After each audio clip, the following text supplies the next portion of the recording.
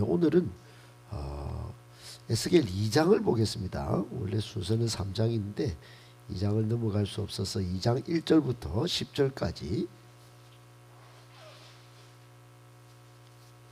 오늘 우리에게 주시는 하나님의 말씀, 에스겔 2장 1절부터 10절까지 보겠습니다. 1151쪽입니다. 구약성경 한 절씩 10절까지 교독하겠습니다. 그가 내게 이르시되 인자야 내 발로 일어서라 내가 내게 말하리라 하시며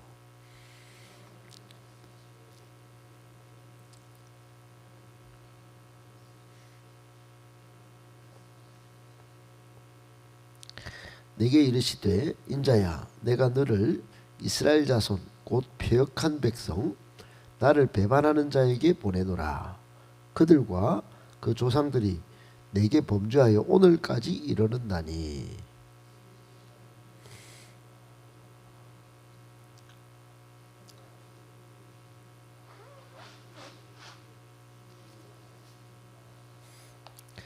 그들은 패역한 족속이라 그들이 듣든지 아니 듣든지 그들 가운데에 선지자가 있음을 알지니라.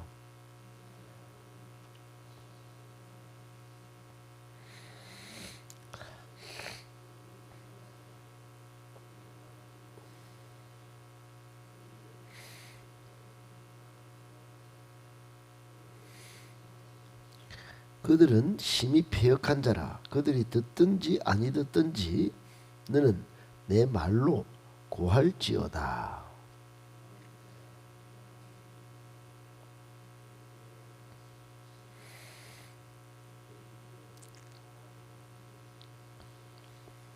(9절 10절을) 같이 읽겠습니다.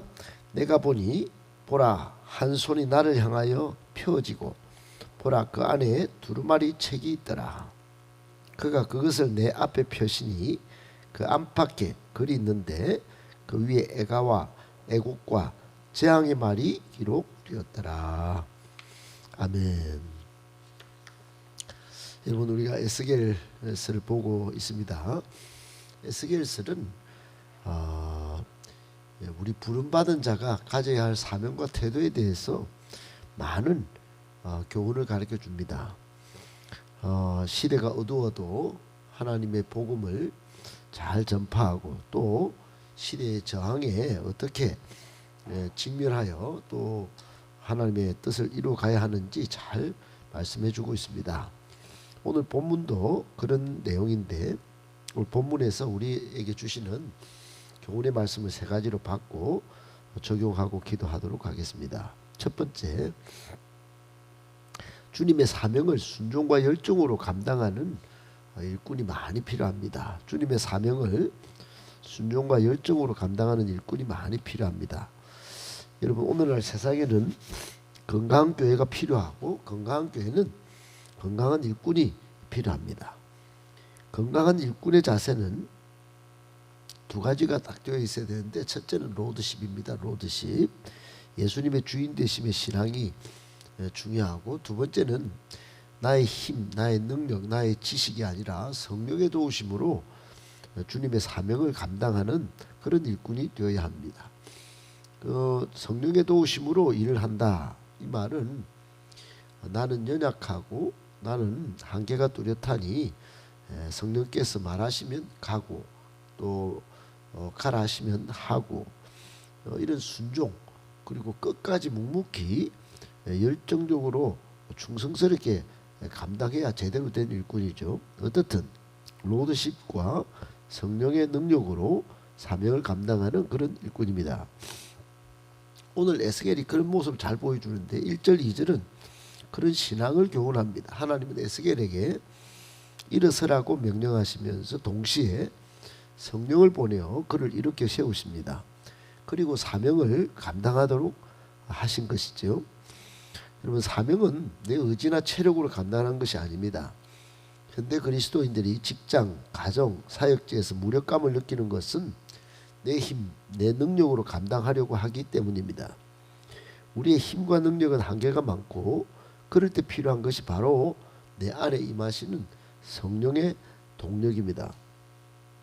내가 일어서려고 노력하기보다 나를 세우시는 성령님께 자리를 내어드리는 태도가 우선되어야 합니다. 그리하여 성령의 능력과 지혜로 복음을 전하는 그런 삶을 살아야 하는 것이죠. 그런 일꾼이 많은 교회가 건강한 교회고 주님 오시는 그날까지 잘 준비된 초대교회와 같은 능력 있는 교회로 쓰임받는 것입니다. 에스겔 2장은 하나님께서 에스겔을 선지자로 부르시는 그런 부르심의 장면, 소명의 장면을 정말 담고 있는데 그 핵심이 여기 다 있습니다. 환상 중에 압도적인 하나님의 영광을 목격한 에스겔에게 하나님의 구체적인 소명이 주어지는 대목인데 1절에 인자야 하고 부르십니다. 에스겔서에 인자야 굉장히 많이 나옵니다. 하나님의 절대적인 권능 앞에 서 있는 인간의 유한함과 낮음을 상징합니다. 그리고는 그 음성 가운데 성령님이 에스겔에게 임해서 그를 일으켜 세우고, 오늘 패역한 백성 많이 나오죠. 이스라엘을 패역한 백성, 하나님을 배반하는 자로 그렇게 또 얼굴이 뻔뻔하고 범죄하고서도 마음이 굳은 그런 상태, 그런 상태 이스라엘 백성들에게 하나님이 듣든지 아니 듣든지 그들에게 가서 하나님 말씀을 전하라고 명령하십니다. 정말로 가고 싶지 않았겠죠. 보냄을 받은 대상이 뻔뻔하고 정말로 패역한 그런 백성들이었으니 말입니다. 그리고는 6절 7절에 두려워하지 말라 그러시고 정말 가시, 찔레, 정갈 같은 험악한 반대자들이 가득한 환경 속에 마지막으로 8절부터 10절에 하나님은 입을 벌려서 당신이 주시는 말씀을 먹으라고 하십니다.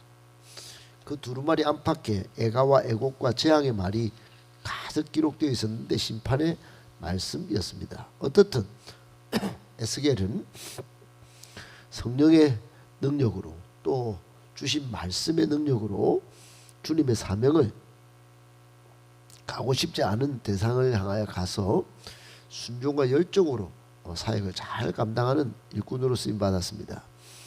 오늘 우리에게 주시는 첫 번째 교훈, 하나님의 일꾼의 사역 성공 여부는 선지자 또는 우리 일꾼의 소관이 아닙니다. 우리 일꾼의 소관은 중요한 것이 그들 가운데 선지자가 있음을 알게 하는 것, 즉 하나님의 뜻과 계획, 하나님의 일하심이 선포되는 그 자체의 목적이 있었던 것입니다. 오늘 5절 끝에 바로 그 말씀이죠. 듣든지 아니 듣든지 그들 가운데 하나님의 말씀을 전하는 선지자가 있음을 알게 하려고 하나님이 이 지금 에스겔을 성령의 도우심으로 또 말씀을 먹여가면서까지 지금 일을 하게 하신 것입니다. 그러므로 우리도 그래야 합니다. 우리도 내 힘으로 또 내 감정과 뜻으로 하는 게 아니고 하나님의 일을 할 때 성령의 도움을 철저히 힘입어야 합니다. 그리고 하나님의 말씀 그 자체를 전해야 하는 것이지요. 주님의 사명을 순종과 열정으로 묵묵히 신실하게 끝까지 감당하는 그런 일꾼이 많이 필요합니다. 비록 가시와 정갈과 같은 결코 우호적이지 않은 그런 대상이 많을지라도 흔들리지 말아야 하는 것입니다. 여러분, 진리를 전하는 길에는 고난과 거절이 따를 것인 줄 알고 그냥 그렇게 순종과 열정으로 하나님의 사명을 잘 감당해야 하는 것이죠. 꼭 기억하시고 여러분 끝까지 묵묵히 충성하시는 저와 여러분들 다 되시길 예수님의 이름으로 축복합니다. 아멘. 두 번째, 성도는 세상에 대하여 영적 맷집을 두껍게 가져 대응해야 합니다. 성도는 세상에 대하여 영적 맷집을 두껍게 가져서 대응해야 합니다. 여러분, 에스겔 2장은 사명을 받은 자의 태도를 잘 보여준다고 했지요. 세상 환경이 척박하고 사람들이 귀를 막을지라도 내 안에 채워진 하나님의 말씀을 가감 없이 전하는 충성심이 이 장의 핵심 메시지입니다. 복음을 전하는 자는 결코 환경이 우호적이지 않다. 그래도 말씀을 전하는 사명을 받았으니 여러분 이걸 어떻게 감당합니까? 반드시 영적 맷집을 두껍게 갖고야 가능하죠. 에스겔은 이 두루마리 곧 하나님의 말씀을 먹음으로써 하나님의 말씀을 자신의 일부로 받아들이는 과정을 거치게 됩니다. 이걸 내면화 과정이라 하는데 이걸 3장으로까지 이어져서 이 상황이 계속됩니다. 오늘날 우리에게도 세상의 반응에 흔들리지 않는 담대한 믿음이 얼마나 필요한지 에스겔 2장 3장이 잘 보여줍니다. 하나님은 이스라엘 백성을 얼굴이 뻔뻔하고 마음이 굳은 자라고 경고하시면서도 그들이 듣든지 아니 듣든지 전하라고 하십니다. 오늘날 시대 문화를 성과주의 시대라고 이렇게 말하죠. 성과주의, 결과를 무조건 내야 된다 이렇게 말하는 건데 이게 기독교 안에도 침투해 있습니다. 전도나 봉사 이 결과를 수치로 계산하곤 하죠. 하지만 에스겔서가 주는 교훈은 결과는 하나님의 영역이고 전하는 것은 나의 영역이라는 그 점을 강조하고 있습니다. 세상의 냉담한 반응에 낙심하기보다 또 절망하기보다 포기하려 하기보다 내 삶을 통해 하나님의 뜻이 얼마나 선포되었는가 이게 본질이다 이 말입니다. 본질에 집중하는 그런 사명자 그게 에스겔이었습니다. 이런 일을 감당하기 위해서 우리가 영적 맷집 몇 번 두드려 맞는다고 넘어져 버리면 이게 안 되는 것이죠. 본문의 가시와 정갈은 조롱과 비난의 환경을 표현하는 독특한 표현법입니다. 에스겔이 마주한 현실은 가시와 찔레, 전갈이 가득한 그런 곳과 같았습니다. 하지만 하나님은 반복해서 두려워하지 말라고 하십니다. 바로 영적 맷집으로 무장하라. 영적 맷집을 가지고 대응하라 이런 말씀인 것이죠. 두 번째 우리가 받는 교훈 바로 그 내용입니다. 포스트 모더니즘과 세속화된 사회에서 기독교적 가치관을 지키며 사는 건 때로 조롱이나 배척의 대상이 됩니다. 가시와 정갈과 같은 날카로운 비난이 넘치는 세상 환경입니다. 하지만 그럴지라도 성도는 세상의 평가보다 하나님의 평가를 더 두려워하는 거룩한 담대함, 즉 영적 맷집을 소유해야 합니다. 영적 맷집은 거룩한 담대함, 이런 영적 맷집은 단순히 성격이 강한 것이 아니고 나를 보시는 하나님의 시선이 세상의 비난보다 훨씬 크다, 훨씬 크고 무겁다. 이걸 깨닫는 영적 감각에서 오는 겁니다. 영적 경외감에서 영적 맷집이 생기는 거예요. 그냥 내가 마음 먹는다고 되는 게 아닙니다. 그리스도인들이 받는 조롱은 이 나의 무례함이나 부도덕함 아니면 복음의 본질을 거부하는 이 두 가지 경우가 오는데 어떻든 이게 전부 여러분 하나는 위축될 그런 상황이지만 기뻐해야 되고 또는 내가 잘못인 경우에는 겸손히 나를 돌아봐야 합니다. 어떻든 여러분 세속화된 사회일수록 우리 삶이 복음을 잘 전하는 통로가 된다는 거 꼭 기억하고 결코 우호적인 상황이 아닌 가시와 찔레 정갈이 가득한 곳에 그런 환경에 빠진다 할지라도 영적 맷집을 강하게 무장하여 복음을 잘 전달하는 우리 모두가 되시기를 예수님의 이름으로 축복합니다. 아멘. 마지막 세 번째입니다. 축복의 말씀뿐만 아니라 나를 아프게 하는 책망의 말씀도 달게 받아 먹을 때 진정한 성장이 일어납니다. 축복의 말씀뿐만 아니라 나를 아프게 하는 책망의 말씀도 달게 받아 먹을 때 진정한 성장이 일어납니다. 여러분 오늘 8절부터 10절까지 에스겔은 하나님의 말씀을 먹고 내면화하는 과정을 밟습니다. 두루마리를 먹습니다. 이게 하나님의 말씀이죠. 선지자가 하나님의 말씀을 전하기 전에 그 말씀을 자신의 것으로 받아들이는 말씀의 육화 과정을 말씀하는 겁니다. 이는 단순히 지식으로 아는 거, 관념적으로 아는 거 이거 아니고 말씀이 존재 자체가 되어야 한다 하는 것을 의미합니다. 에스겔은 오늘 이후로 계속 여러분 이제 만나게 될 텐데 말씀을 지식으로만 전하지 않습니다. 자신의 말씀, 자신에게 주신 하나님의 말씀을 삶으로 녹여내서 오감으로 말씀을 전하게 됩니다. 에스겔이 펼치는 사역의 근거는 반드시 기록된 하나님의 말씀이라는 것을 잘 보여주는 것이죠.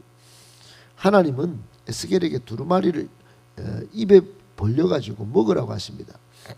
먹는다는 것은 거부하지 않고 온전히 받아들이는 순종을 의미한다고 이렇게 이해하셔야 합니다. 순종. 먹어라. 먹고 내면화 과정을 거쳐서 순종해라 하는 것이죠. 사명자는 자기 생각을 전하는 사람이 아니기 때문에 하나님이 주신 것을 잘 소화하고 그것을 그대로 전하면 됩니다. 10절에 보면 안팎에 기록된 두루마리의 말씀은 애가와 애곡 그리고 재앙입니다. 안팎에 글이 막 적혀있죠. 가득. 그것은 직시하기 고통스러운 진리 즉 심판과 회개의 강력한 그거를 직시하도록 하는 그런 말씀입니다. 보통 두루마리는 한쪽 면에만 기록하지 양쪽으로 잘 안 하는데 이 안팎으로 기록했다는 것은 이스라엘의 죄 심판이 완전히 확정되었고 더 이상 피할 곳이 없을 정도로 철저함을 상징합니다. 지금 에스겔은 축복의 말씀이 아니라 책망의 말씀을 자기 내면에 다 받아들이고 그것을 그대로 삶으로 펼쳐서 이스라엘 백성, 패역한 백성에게 전하도록 하셨어요. 에스겔이 먹어야 할 말씀은 달콤한 축복의 말씀이 아니었다는 점을 우리가 바로 발견할 수 있습니다. 눈물과 슬픔, 재앙의 메시지 바로 그것이었습니다. 여러분 이것이 오늘날 우리 복음 전하는 사명자에게도 마찬가지입니다. 사람들이 듣고 싶다고 하는 말만 전하는 것이 아니라 아프더라도 진실된 심판의 메시지를 잘 전해야 함을 강조하고 있는 것입니다. 그렇습니다. 우리가 받는 마지막 교훈 여러분 에스겔 2장은 우리에게 세상의 반응에 상관없이 하나님의 말씀을 품은 사람으로 그 자리에 서 있는 것 자체가 승리라는 위로와 도전을 줍니다. 그러므로 더더욱 성경을 그냥 정보로만 소비하지 말고 나의 가치관과 또 인격 속에 그 말씀이 완전히 녹아들게 만드는 영적 묵상이 꼭 필요합니다. 듣고 싶은 것만 듣고 또 한 번씩 쪼가리만 그렇게 성경 말씀을 대하는 것은 굉장히 위험하다 이런 이야기입니다. 현대 그리스도인들은 수많은 설교 그리고 수많은 넘쳐나는 기독교 콘텐츠에 다 노출되어 있습니다. 그래서 내가 골라서 말씀을 들을 수 있습니다. 그러니 듣기 싫은 것은 안 듣는 그런 경향이 생기는 것이죠. 그것은 절대 삶의 변화로 이어지지 않습니다. 영적 소화불량이 생길 뿐입니다. 꼭 기억하고 세상 사람들에게 복음을 전하는 일에 인색하거나 무서워하기 쉬운 이런 영적 결핍을 겪지 않기 위해서라도 하나님의 말씀 전부를 우리 속에 잘 먹고 내면하는 과정이 꼭 필수적이다. 그래서 단순 반복 지속적으로 양육 과정을 거쳐서 이렇게 당장 좋은 말씀만이 아니고 나를 경계하는 그런 말씀도 잘 먹고 사명자로 세워져 쓰임 받아야 한다 하는 거 오늘 마지막 주시는 교훈으로 봤습니다. 하나님의 말씀은 축복만이 아니라 죽은 후에 심판이 있다는 메시지도 있습니다. 꼭 기억하고 이것을 둘 다 복음의 양면성이라 하죠. 이것을 나도 하나님의 말씀을 그렇게 받아들이고 또 세상을 향하여 그렇게도 또 전할 수 있기 위하여 영적인 담대함을 오늘도 기도와 말씀으로 잘 무장하는 저와 여러분 다 되시기를 예수님의 이름으로 축복합니다.